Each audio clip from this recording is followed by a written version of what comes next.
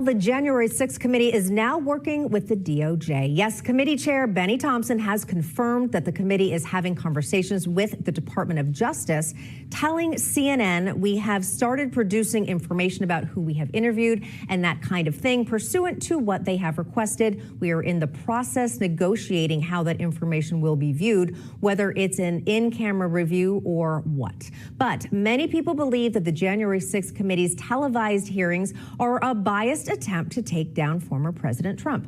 Vice Chief Liz Cheney has admitted multiple times the purpose of the committee hearings.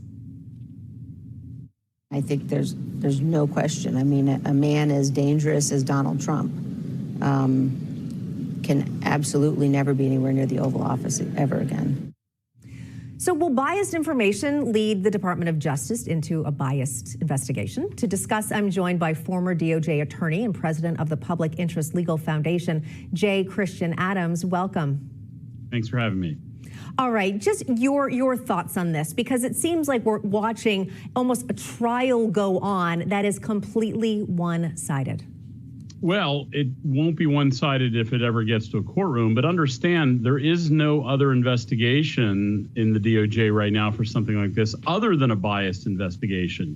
The people who work there are completely in the tank for the left. They overwhelmingly donate to Democrats. The voting section where I used to work was essentially an extension of the DNC or the ACLU. So it shouldn't really surprise anybody that that's where this is headed. All right, let's switch gears a little bit now. Let's talk about, let's go to Wisconsin in our minds. But the Wisconsin Supreme Court has deemed the use of drop boxes and ballot harvesting in the 2020 election illegal. They've ruled that absentee ballot drop boxes may only be placed in election offices for future elections, and also that no one other than the voter can request return a ballot in person. Now, in 2020, Wisconsin had more than 500 unmanned ballot drop boxes. Christian, your foundation is all about securing election integrity. So what is your reaction to this ruling?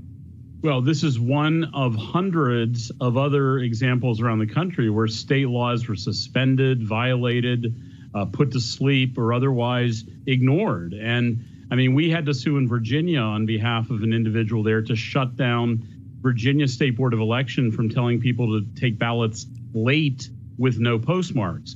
So we won a victory in court there. Wisconsin, there's a victory in court there. But recognize this represents just the tip of the iceberg of hundreds of other election rules that were suspended in 2020. Wow. Also, I mean, earlier this year in Pennsylvania, a court there struck down the state's mail-in balloting law, deeming that unconstitutional. Now, the law was passed in December of 2019 and legalized no excuse absentee voting. But the Commonwealth Constitution requires a person to vote on election day unless they meet certain criteria. So changing that would require a constitutional amendment, which of course didn't happen. So both Wisconsin and Pennsylvania, we're seeing these swing states essentially going back to saying a lot of the ways that people were voting in 2020 in the election, that it was illegal. What's your response to that? Well, first of all, in Pennsylvania, stay tuned, because the Pennsylvania Supreme Court hasn't gotten a hold of that opinion yet. And when they do, I suspect it's going to get reversed.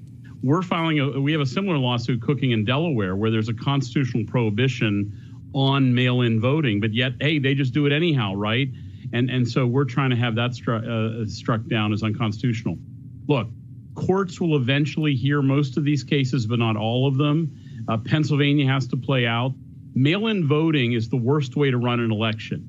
It takes it outside the eyes of government officials, outside the eyes of the public, and goes into people's homes. I've done cases where notaries were harvesting ballots in Mississippi and voting the ballot for the voter at the voter's request, right?